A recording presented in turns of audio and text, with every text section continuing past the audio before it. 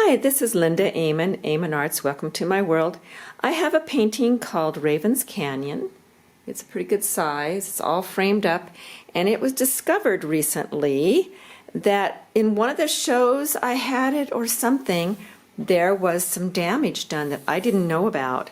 So when I discovered it, I'll find it here for you. You can see it right here. You can see that it's been torn and pretty good tear. And now this is a painting that I have a customer that would like to purchase it. I told her that it had to be refurbished and restored. I've done a lot of research, as well as I've had a lot of experience on fixing things, because after all, we are artists and we are people who do problem solving all the time. So I'm going to take you through the steps of how we're going to do this repair. And it's going to be a little bit tricky, but I don't have any doubt that we'll be able to restore this to where only myself and maybe all of you will know that I actually did a change on this. So the first thing I'm going to do is reach from underneath the canvas and see how bad the damage is. And you're going to see all the fibers pop up. I want the fibers to pop down because I'm going to work it from the back side. So right now I'm going to just take the time to put all the fibers back down to the bottom.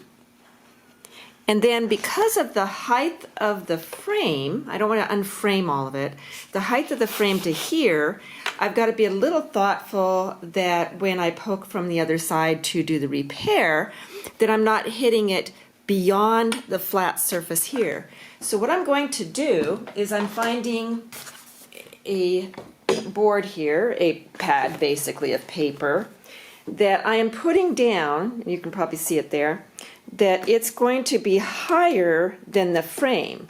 So when I flip the frame and the painting over, it's going to be flat to this surface and not bow to the bottom. And you'll see what I mean when I flip it over. But basically, I don't want it to be pushed when I'm repairing the depth of the frame edge. I want it to be the flat of the surface itself. So this is going to be a small edge barrier so that I can keep it flat.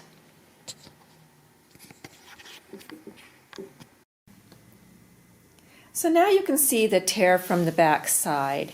And what I found is it's really good that I have that cardboard underneath, because I can tell that if I were to use regular, like a canvas, the bounce in it would not be good for getting this as flat to the other side as possible. So what I have done is I've sacrificed a canvas to get a piece of canvas that will be my patch. And the patch is going to be placed right in here, and then I will weight it down, and then I will be able to have it be the right amount to cover the hole, and then I'll work from the front. Okay, the next step I'm doing is I'm taking the roughest side of the patch. I'm going to put lots of white professional gesso. It should work like a glue and not be archivally problem with anything. And I'm going to put an amount on that. Some of it will ooze to the front, but we're going to be repairing that front, and we'll show you that later. But I'm going to get it all, there we go, all the gesso across it.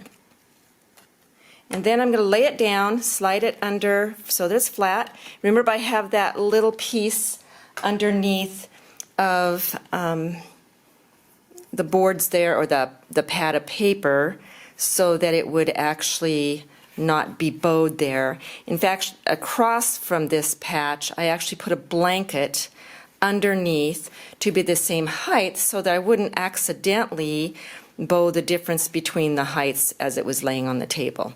There's a lot to think about. So what I'm going to do is put that down. We're going to let that dry. I am going to take my finger and just very gently put there. Come, reach underneath. Know that I'm feeling it right. It feels good. And there's not anything oozing through that is going to stick to anything. So I've got that laid there. We're going to let that dry. So you can see I've actually laid down now some boards that are going to kind of distribute the weight across kind of the bar of the canvas itself and right where I want it to be for holding that patch down.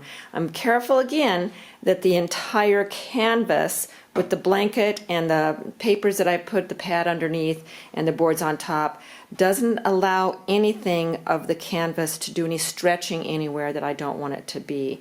So I'm going to let this dry probably overnight. I'm going to let it go for 24 hours. I kind of checked the front. It's looking good.